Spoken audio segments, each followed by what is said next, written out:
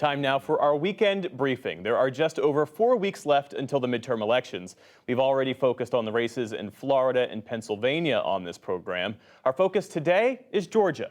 The governor's race is a rematch of 2018's competitive and contested election when Republican Governor Brian Kemp edged out Democrat Stacey Abrams by just under 55,000 votes. In the state's Senate race, we've got an unfolding scandal. Republican candidate Herschel Walker, who is a hardline abortion opponent, he's denying reports that he paid for a former girlfriend's abortion back in 2009. Walker is challenging incumbent Democratic Senator, the Reverend Raphael Warnock.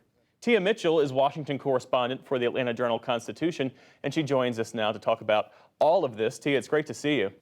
Thanks for having me. Sure thing. So the Walker campaign, as you know, it fired its political director at the end of this past week with about a month to go until the election. How is this scandal resonating among voters? Because even before this, Herschel Walker had issues as a candidate. There were accusations of domestic violence. He had problematic TV interviews where he didn't seem to grasp basic policy issues. But Republicans, looking at the polling, they've stuck by him. Yeah, and I still think the vast majority of Republican voters in Georgia are planning to stick by Herschel Walker. We see them saying, he's denied it, and that's enough for me. We know that a lot of Republican voters still think he's the person that will best represent their interests in Washington.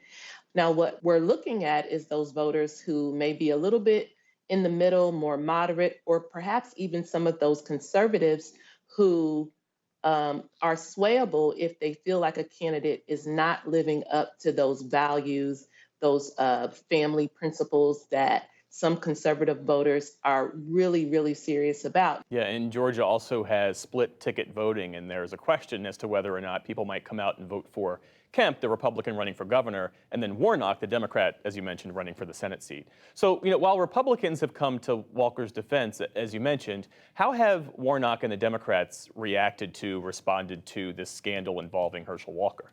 So Warnock in general has avoided weighing in too much, in his public events the last couple of days, his prepared remarks, he hasn't focused on the recent scandals at all.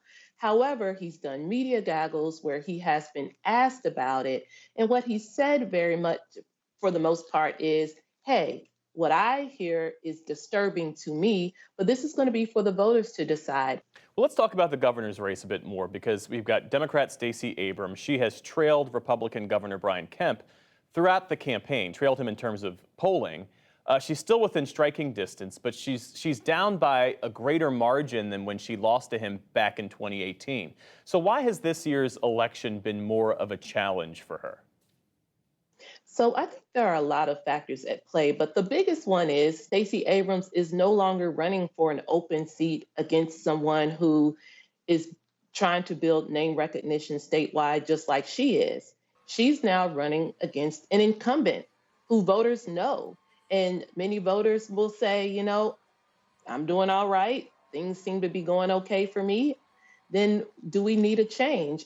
We also know that the enthusiasm factor isn't there, but not that people aren't fired up about voting or that there's something against Stacey Abrams. I think she's just not the fresh new voice that she was 4 years ago, because again, people now know Stacey Abrams as well.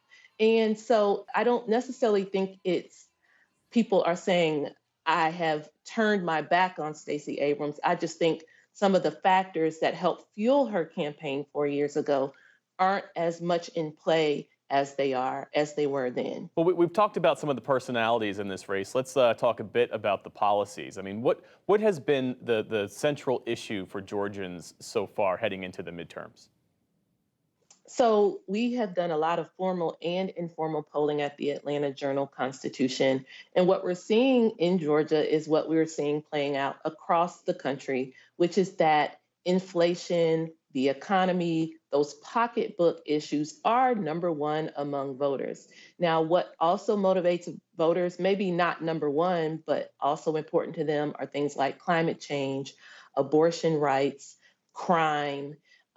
Those are still important, but the number one driving factor, and this is for voters regardless of party, regardless of political affiliation, is the economy. Tia Mitchell of the Atlanta Journal-Constitution joining us for our weekend briefing. Thanks so much.